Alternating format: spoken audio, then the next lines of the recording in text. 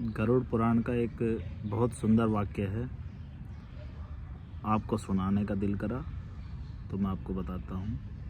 एक बार एक तोता बैठा था एक डाल पर, तो उधर से जो है यमराज निकलते जा रहे थे और यमराज जो है तोते को देखकर हंसने लगे। तो तोता चिंतित हो गया। उसने बोला कि अगर यमराज मुझ पर हंस रहे हैं तो मेरा तो समय निकट आ लिया, इसका मतलब।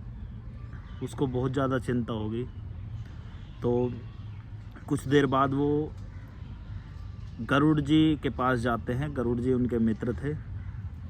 तो गरुड़ जी से बोलते हैं कि जो भगवान के साक्षात सवारी थे गरुड़ जी, उनके पास गए। बोले कि महाराज, मुझ पर जो है यमराज जी हंस कर गए हैं, अभी लगता है मेरा समय निकट आ चुका है। प्रभु आप मुझे बचा लीजिए। तो गरुड़ जी बोले, अरे बच्चा, कोई बात ना, मेरा सहपाठी है, तू मेरा दोस्त है। तुझे बचाने के लिए तो मैं ऐसी जगह छोड़ के आऊँगा तुझे, 7 समुंदर पार, जहाँ यमराज तो यमराज का बाप तक भी नहीं जा पाएगा।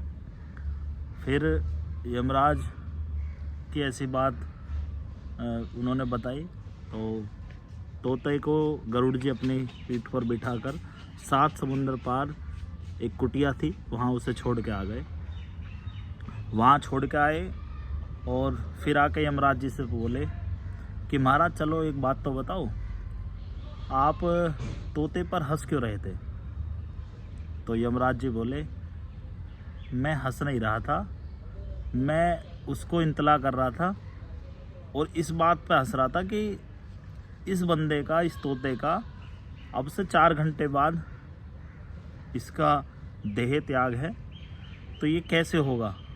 क्योंकि इसकी जो देह त्याग की जो है लोकेशन है, वो एक 7 समुंदर पार एक कुटिया में एक बिल्ली है जो उसको खाकर उसका जीवन समाप्त करेगी।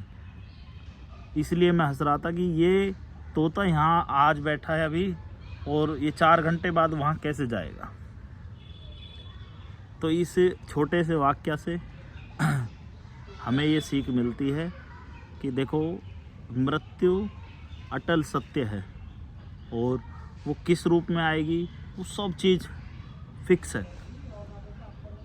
मृत्यु अटल है, इसको हम टाल नहीं सकते। वो जिस बहाने में आएगी, किसी भी बहाने में आए, वो अटल सत्य वो होकर रहेगा।